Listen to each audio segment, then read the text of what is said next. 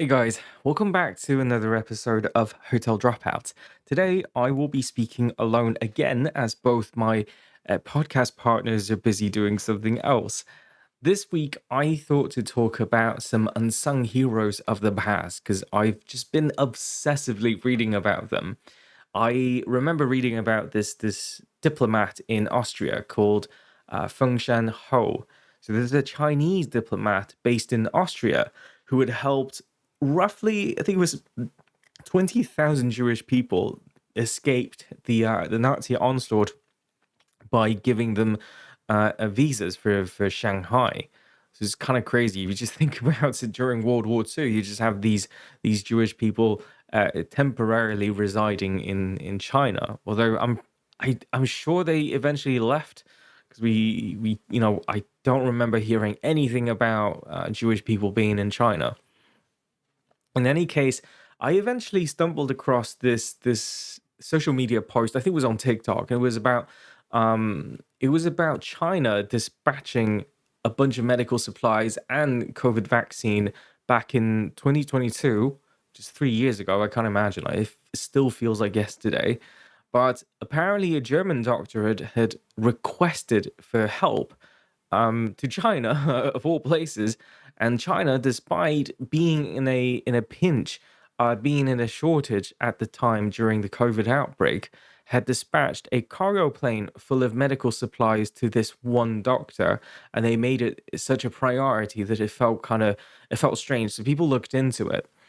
Apparently, the doctor is a direct descendant of John Raab, who was a Nazi Party member, although he was more so a director working for Siemens in China back in the 1930s.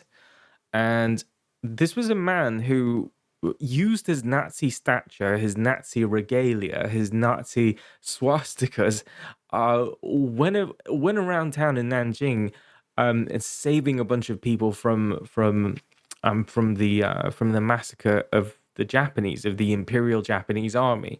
And when I say saving a lot of people, it's roughly 250,000.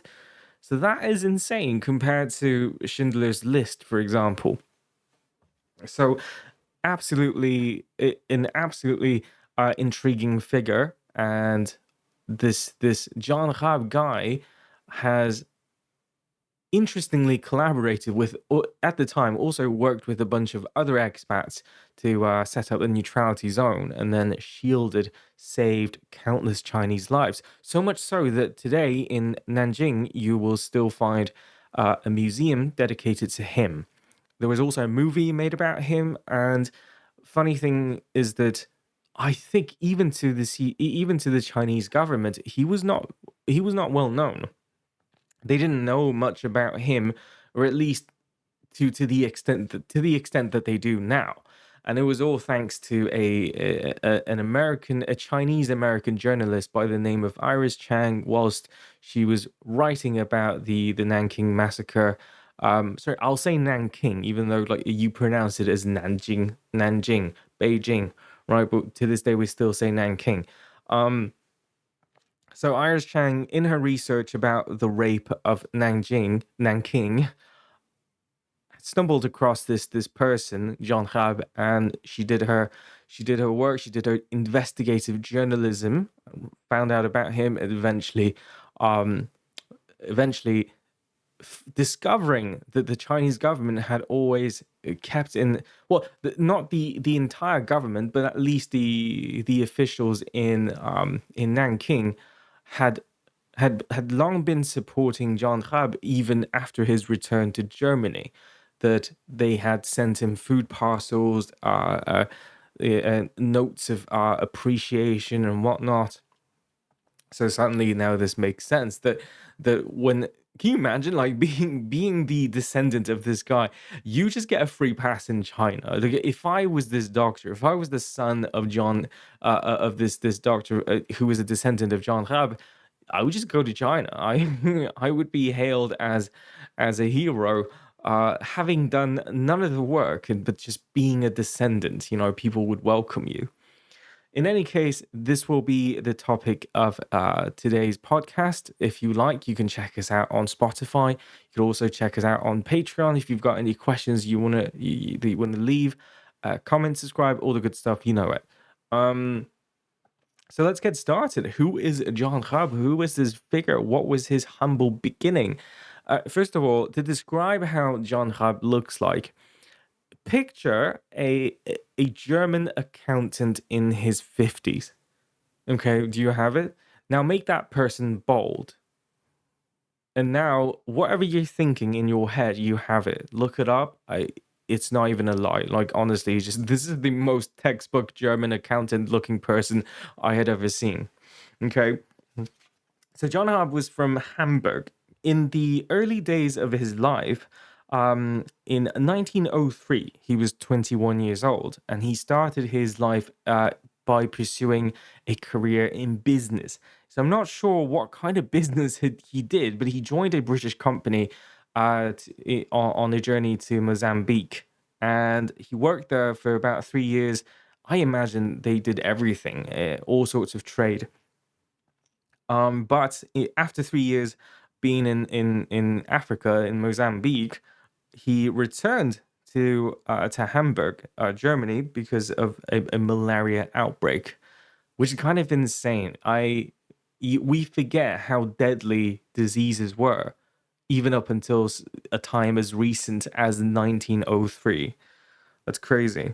So he went back to Hamburg and eventually met his wife, Dora, the explorer, who sparked his interest in further exploration. So in 1908, uh, by 1908, they had already married and then they moved to Shanghai, doing all sorts of work. And I think even back then, like he was already working for Siemens. I'm not sure what position he took first, but he eventually did become a managing director for Siemens in their branch in China. 1908 was a defining it was a history defining year for China because that was the year that the Chinese dynasty officially ended, along with the death of the last empress of China, Cixi. Her name is spelled as Cixi, Cixi in English, but in Chinese it's pronounced as Cixi. We call her Cixi Dadi, which is Empress of China. In 1908, she passed away, and that was also the year that John Raab had moved to Shanghai. And Cixi was actually succeeded by her son, who was 6 years old, by the name of Puyi. And this is a name that's often forgotten because this was really just a puppet, right? It was just the blood of the former empress. So, by 1910, John Raab became a clerk, officially became a clerk in the Beijing division of Siemens. Okay, and in 1911, this was very shortly after the death of Cixi, there was a rebellion. Okay, there was a rebellion in China. It was it was part of the Xinhai rebellion, and one of the first outbreaks of this rebellion was the rebellion of Wuchang against specifically against Puyi. You know, people didn't really recognize his power as a 6-year-old emperor, knowing that it was just in name, right? Knowing that it's probably some of the other actors behind the emperor, he was a puppet effectively. Okay, so the as the rebellion begun, the end of the Chinese dynasty was ushered in, and at this time it was taken over by a man called Yuan Shikai. Okay, so he was the de facto president of China and establishing. Did he establish the republic back then? I'm not too sure, but it was a tumultuous time. Even if he did, what didn't matter much because China was constantly being invaded, lands chipped away. It was sort of surrounded by enemies. You know, truth be told. So There's far too many things to cover at this time, but what you can keep at the back of your minds was that 1911. This was a couple of decades after Japan had opened itself up to global trade. Whilst the Western nations profited from this trade, Japan improved technologically and militarily. This was a time where Japan saw an immense growth in its military power, in its both in the tactics as well as the technology of their weaponry. In 1895, Japan won the First Sino-Japanese War, and in 1897, that was the time China failed to reclaim Qingdao from the Japanese. And at this time, it was so tumultuous, it was so messy that the Germans had annexed Shandong, an area in northern China. And so a couple of decades went on where you have skirmishes happen around China. You have Western powers interested, vying to take bits and pieces of China away, whilst sort of taking advantage of the fact that it had just finished its dynasty era, so it's still kind of young in the game of running a country. In 1914, Japan was an ally of the Allies in World War One. Japan worked with Britain together to invade Shandong and drove out the Germans. They didn't really like them. Okay, so as Shandong was occupied, the Allies pressed China to cede Shandong and South Manchuria to Japan as an act of further de-escalating the war. And as we've learned from history, when you cede territory to a foreign invader, it's unlikely that they will stop unless you have other means of self-protection. Okay, so in 1916, unfortunately, Yuan Shikai had passed away. He died, and subsequently in 1919, the local sentiment towards Germans was not great, as the Japanese were working with the Allies. John and Dora became persona non grata. Okay, they were driven out. Um, but as they were driven out in 1919, the warlord era of China had been ushered in as a result of the death of Yuan Shikai a couple years prior. This was a balkanization. This was a time when China splintered into the warlord era where different people had control of different areas. So these tiny little provinces all around China started needing foreign help, especially in the areas of medicine and manufacturing. Okay, so foreign help was needed. John and Dora were both invited back in. By 1928, the warlord era was eventually over. China was once again pieced together, united by Chiang Kai shek. As you may know, Chiang Kai shek is the father of the founder of Taiwan.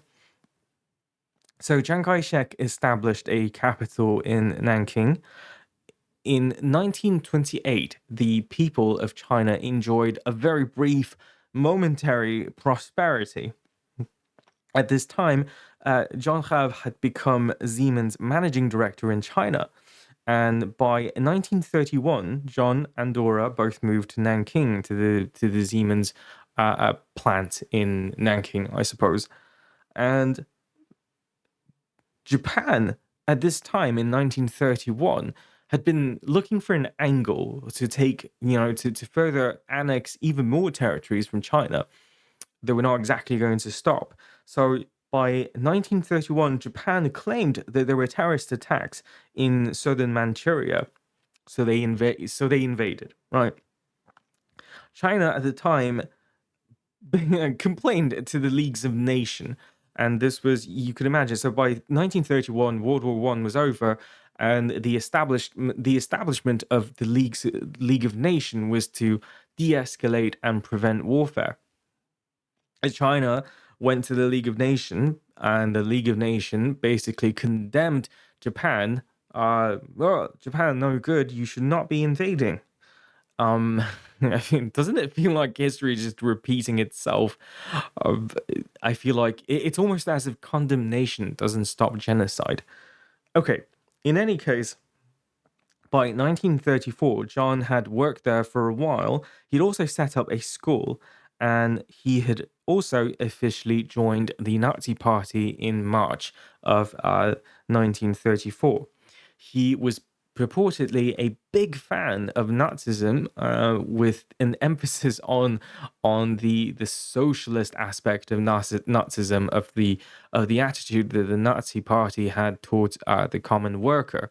We were never really sure about what he felt about Jewish people, or if he, because by 1934 he had already lived in China for so long, right? He'd been there for decade for at least a decade. So this is a man pretty much far removed from German society. And he had learned about the Nazi Party through tabloids, through publications, through news, I would imagine. But in any case, at this time, after the Japanese claimed of terrorist attacks happening in southern Manchuria, a lot of skirmishes happened, right? So skirmishes led to battles. It led to even bigger scale battles, which eventually led to the second Sino-Japanese War. John and Dora tried escaping by going to temporarily safe areas, which I would guess is a bit up north or to the side. I'm not sure, but there were some temporary safety areas where the rich would escape to. Remember, back then, or even now, whenever war break out, it's always the poor that stay behind, and it's always usually the poor that get slaughtered. And whilst they escaped, the John Hub, we don't know what was his motivations, but perhaps it was because of his belief in the ideology of protecting the workers, which he found that the Nazi Party had echoed in him. He returned to Nanking. He wanted to protect his workers. So, in 1937, upon his return, um, John Herb called for 14 other expats living in Nanking at the time, and this included people like Robert O. Wilson. Was an American surgeon who worked in the hospitals back then. Very interesting character. Be sure to look into it. Another interesting figure was Wilhelmina Voltron, otherwise known as Mini Voltron. This was a trailblazing woman who has an incredibly interesting story, who also helped shelter a bunch of Chinese refugees, mostly women and children, because her mission was to bring education to Chinese women. And a fascinating story. This she unfortunately met a very sad end, but she too had saved a bunch of people. She too was brave and stood between the bayonet of a Japanese soldier and and their Chinese victims. Right. Um. In any case, John Harv worked together with these people to set up a neutrality zone, and they wanted this area to sort of expand around John Harv's house and his school. So John Harv set up the neutrality zone. Immediately, we have Japanese, not diplomats but negotiators, trying to sort of convince John Harv to leave. He was it was by it was a military major by the name of Oka tried convincing John Harv to leave, and he was saying things like, "Oh, this is not your home. Why don't you want to go back?" And then John Harv, touching in a very touching manner, in a very heroic manner, said that China is my home. If I had lived in Japan and people of Japan had treated me the same way the Chinese did, when the people of Japan needs help, I would do exactly the same. So John Hab also at the time requested Hitler to help officiate the neutrality zone, although that effort was done in vain because I think Hitler was far too busy to be concerned with something else. Now, John Hab at the time draped his house in Nazi flags, and if you watch the movie, it was a very touching, it was a very crazy. I'm not sure if the scene really did happen or not, but they effectively used a huge Nazi flag as a protection. So they spread out the Nazi flag, and then a bunch of people hid under the flag, and whilst the hoping that when the Japanese bomber fly by, that they would think twice before bombing the Nazi flag. Okay, because they were allies, right? So John Hub, in addition to having this neutrality zone, having people take refuge in his camp, he he was dripped in Nazi gear, right? In his latest Nazi skin, basically had a full on Nazi regalia with all the pins and everything, all the assortments, and went around saving people. It was at this time when the invasion had officially happened. The mayor of Nanking ceded control of Nanking over to John Hab because he himself, the mayor himself, had escaped, I think. Um, so as the invasion, the Japanese invasion officially started, the infamous rape of Nanking took place. This was a time of unprecedented cruelty, and if you are interested in just how crazy things have gotten, you could look up Unit 731. So this didn't really coincide with the rape of Nanking, but it also happened in World War II. So this was the Imperial Japanese version of Auschwitz, in the sense that, sorry, that's not a good comparison, because the Unit 731 was primarily used for um, experimentation on live human beings, and mostly used for testing their biochemical weapons and a bunch of really nasty stuff. So if you look it up, like, if you're squeamish, don't look into it, but just know that you know up till now I've never read such level of cruelty enacted by human beings other than the event that had taken place in Unit 731. In any case, John Rab, in the morning of in an early mid-December morning in 1937, as per usual, John Rab kind of left his neutrality zone, and he was dressed in his Nazi uniform. He would go around the city to witness the aftermath, and he saw some unspeakable things, and among which he saw Japanese soldiers burning down a German cafe. But interestingly, when he confronted them, they didn't kill him. There was something about the Japanese soldiers that they really feared, that they really went out. They were really ordered not to kill any white people. I think, because the school principal that I talked about earlier, Minnie Voltron, Wilhelmina Voltron, she also did something similar, and she was never killed. They could slap you, they could punch you, but they could never kill you. If you're a foreigner to them. So the diplomat by the name of Katsuo Okazaki was sent to basically convince John Harp to, first of all, again,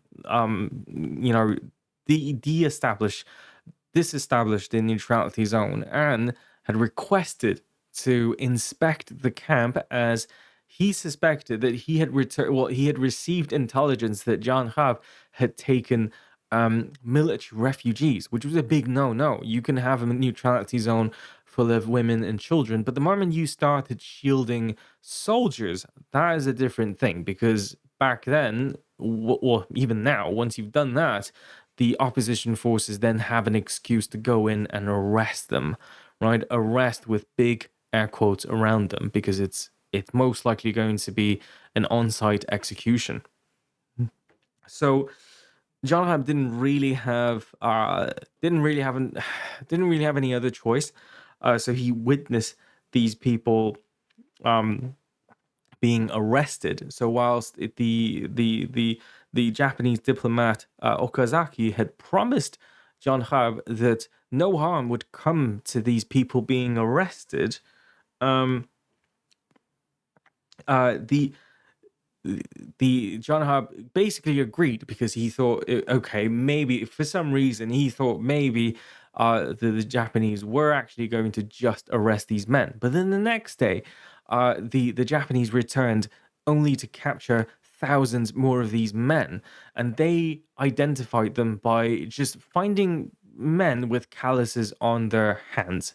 Okay, so this is obviously a very, it was just a for show, kind of a for show act, because you could have calluses if you worked in the field as a farmer, and most poor people back then would work in some kind of labor. So by using this weird this blatant lie of a method to identify potential refugees, the Japanese seized more than 1,000 people from John Hab's neutrality zone, and executed them on site. And then the way they executed them was very cruel. It was not a, you would think it's a firing squad where you have your victim sort of kneel down waiting to be shot. No, they didn't have time. They couldn't waste the time to do that. They would just have these people line up, and the Japanese would hop on an armored vehicle with a mounted machine gun, and literally using the machine gun to mow down as they drive, as because it's thousands of people, right? It's a lot of people to execute.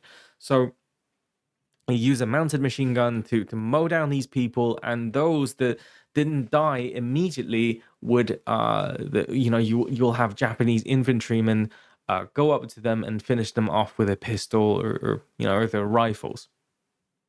So in addition to this kind of atrocity, John Raab also witnessed how the Japanese, because there would be airstrikes, there would be the warplanes would be dropping bombs, and so there were a lot of potholes on the streets of Nanking. So you could imagine how that makes it difficult for the armored tanks of Japan to navigate.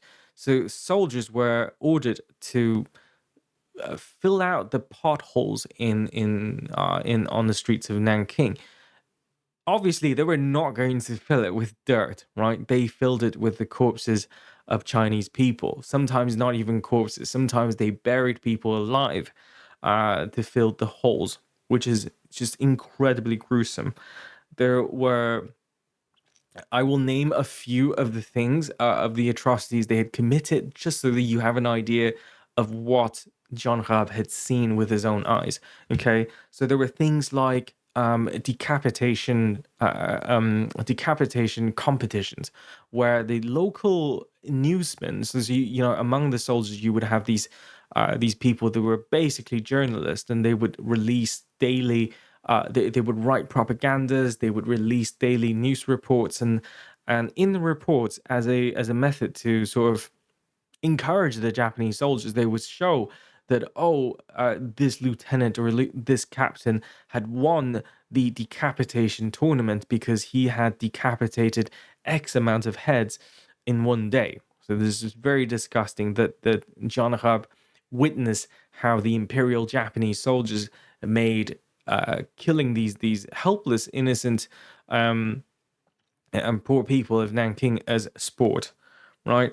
He saw young girls, okay, being raped, and sometimes the young girls are far too young. So the soldiers would use a knife to artificially widen the gap. That's as far as I'm gonna go to describing it. It's so gruesome. You would see pregnant women being vivisected. You would see pregnant women also being skewered with a pike, right? And it was yet another game that the Imperial Japanese soldiers had played, which is they used a very long spear, and they made a competition of how many uh, pregnant women can you impale with with this giant pole arm, because it resembled the if you've been to Japan, you've seen some of these snacks, right? Like the snacks where it's just a bamboo stick, skewers, a couple of rice balls, and then they would brush some of the oyster or soya sauce onto the rice balls, and it's like a little skewer, like a little kebab, and then they barbecue that, right? So it was a human version of that, which is kind of disgusting. There were genital mutilation. You would have Japanese soldiers forcing young men to rape their own mothers and fathers to rape their own daughters and then kill them subsequently. So genre saw a bunch of unspeakable things, the things that even to a Nazi was too much. Okay, John Hub, outraged, he demanded help, he demanded change. Of course, the Japanese didn't listen to him, but at least they had the courtesy of not killing him. And which is kind of insane that among all the stray bullets and the airstrikes, that John Hub survived all that on his daily trips of going outside of the neutrality zone. So in aside from going out to save people, I just saw that there's just so much humanity in these heroes. So Wilhelmina Voltrin, as I mentioned, the school teacher, Jan Hub included, they would often celebrate the birthdays of people inside the neutrality zone. They would teach children to sing, even while missiles were being shot, bombs were being dropped in the background. There's just sheer carnage. But even in the darkest of times, they tried to lift the spirits of the children and women at the camp, and they often also helped the women to locate their sons and husbands. At least helping them identify if they had died, right? So it's so grim to say this, but during those desperate times, it was almost more painful to not know what happened to your family than it is to know for sure that their suffer has ended. Okay, so by 1937, right before Christmas, John Hab was unarmed and he set out to rescue even more city residents. And this was a crazy sort of, just imagine him as a Nazi commissar. He had a swastika in his hand and he basically waved that around. He would legit, right, just kind of rush into a site where he sees Japanese soldiers raping women, and he would literally get into them and cock block them with a swastika, and then rescue the woman, and hand over the woman to his driver, and he would demand the driver to take the women back to the neutrality zone, whilst he himself remained on foot. He still walked around on foot. All the while, keep in mind that he was suffering from diabetes. Okay, absolutely crazy. Mm. So, John Hub would then continue to this audacious task of saving people, going around, and he's done this for 6 weeks. He didn't die. Not even a single stray bullet. This man was channeling the ultimate aura. There was a plot armor defending him. Nothing could get to him. But after 6 weeks, the end has come to the rape of Nanking. The Japanese forces, worked with a collaborator government, basically took control of the neutrality zone. But before they did that, John Hab made sure that global media was there. So it was not just the Japanese government taking over it, because if they did that, they would demolish the zone, right? And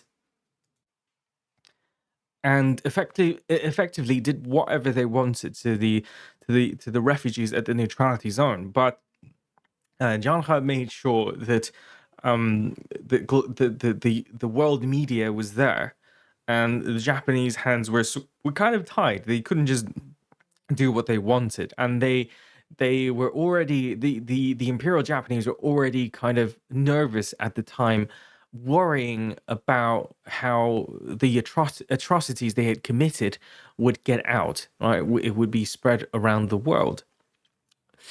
Back then, our communication was not as good. Can you imagine, like, all the with all the smartphones of today, it's it's a bit more difficult to commit some of these atrocities, just because of how easy it is to be recorded. Even then, we still see IDF soldiers recording what they did, and posted onto TikTok, which is absolutely disgusting. But that's just the fact of war nowadays. Well, as the neutrality zone was eventually demolished, within a month, uh, Siemens, the company, ordered the return of John Hab, which is insane. What were they thinking this whole time that John Hab was still still in Nanking? Like, can you imagine the Siemens HQ is just completely forgotten about him? But anyway, they ordered him to come home. When John Rabin and I don't know, I think Dora returned first at some point, but John very soon joined her. She as he returned to to Germany, he was arrested by the Gestapo and he was imprisoned. Okay, the the saving grace for him was that as soon as he was arrested, he had the CEO of Siemens vouch for him, and which is why his sentence was a mere, I think it was just 1 year. He was sentenced to some kind of labor, or maybe it was just incarceration for 1 year. And he, upon his release, he worked a lot of lowly jobs. He practically lived in poverty, which is very sad for him. And when it came to 1945, he was again arrested by the Allies, and this time, for being a Nazi. The only saving grace. So this is this. It's kind of crazy how he was first saved by the CEO of Siemens, and then the second time around, as the Allies apprehended him, he was vouched for by the American surgeon, the doctor that I talked about earlier, Robert O. Wilson, had vouched for him. So back in the time at the neutrality zone, you have people like John Raab saving people. You have people like Mini Voltron helping manage the all the women and all the other refugees at her school. You also had Robert Wilson day in day out just saving lives, minimizing casualty as much as possible. He was kind of like the partner to John Raab. They together they had the most authority on decisions, and I think they grew very close because of that. So, which is kind of crazy because Robert Wilson was a staunch Nazi hater. He could not come to believe or accept any of the Nazi ideologies, and yet they worked close together under the same goal of saving as many people as they could. So when John Hart was arrested by the Allies, Robert Wilson vouched for him, which is why uh, John Hart was then jailed for another year. I don't know how in was he jailed for 1 year on both occasions? Because if then he was kind of lucky. So John Hub and Dora fell into desperate poverty because the idea that you were associated with the Nazi party after the war made it very difficult for you to be employed. So they worked very lowly jobs. They would receive parcels from Nanking from time to time, parcels of food. It's the people of Nanking never forgot about him, and you know every now and then they send him supplies. They the John Rab would then eventually pass away in 1950. I think it was from a stroke or something. But remember, he had already been suffering from diabetes, and the story of John Hub eventually ended there. Now it's a very sad story. The other people didn't do so well either. I'm not sure how the story ended for Robert Wilson, but Wilhelmina Voltron also took her own life eventually because of all the atrocities she had witnessed. She fell into a psychological episode. It was some kind of she had some kind of mental disorder, and eventually took her own life. And it's just so sad to know that some of the greatest unsung heroes of humanity met such a nasty end. So, like I said, the story was relatively unknown, thanks to Iris Chang. The story of John Rab was brought to life again. There's even that film that I talked about. So it's called The Diary of John Rab. It was released in 2009. I definitely recommend you watch it. The movie simplified a few things and also changed some of the historical events. For example, John Hub was the one that decided to save some of the military refugees, because in the beginning it was mostly focused on he was mostly focused on saving women and children. But eventually he started, seeing the absolute carnage, he took in soldiers as well. But in the movie, they made it so that it was Wilhelmina Voltron as the one hiding soldiers, and then gave the Japanese an excuse to raid the neutrality zone and arrest these people. When in fact, I think most of them did. Not too sure about the bits and bobs, the little intricate details. Needless to say, it is such an impressive feat that John Hub had saved over 250,000 Chinese people were saved. It's such a staggering amount of people, and it only comes to explain why, even to this day, people of Nanking have such gratitude towards him. So that just about concludes this week's episode on unsung heroes. This is kind of interesting. I have some other historical figures that are unlikely heroes that they don't like this John Raab guy. You wouldn't associate a Nazi as as a hero during World War II, and yet it did happen. History is complicated. Humanity is complicated and interesting. So I guess that concludes the episode. And if you like it, let me know somehow. Otherwise, I will see you next week. Goodbye. Goodbye.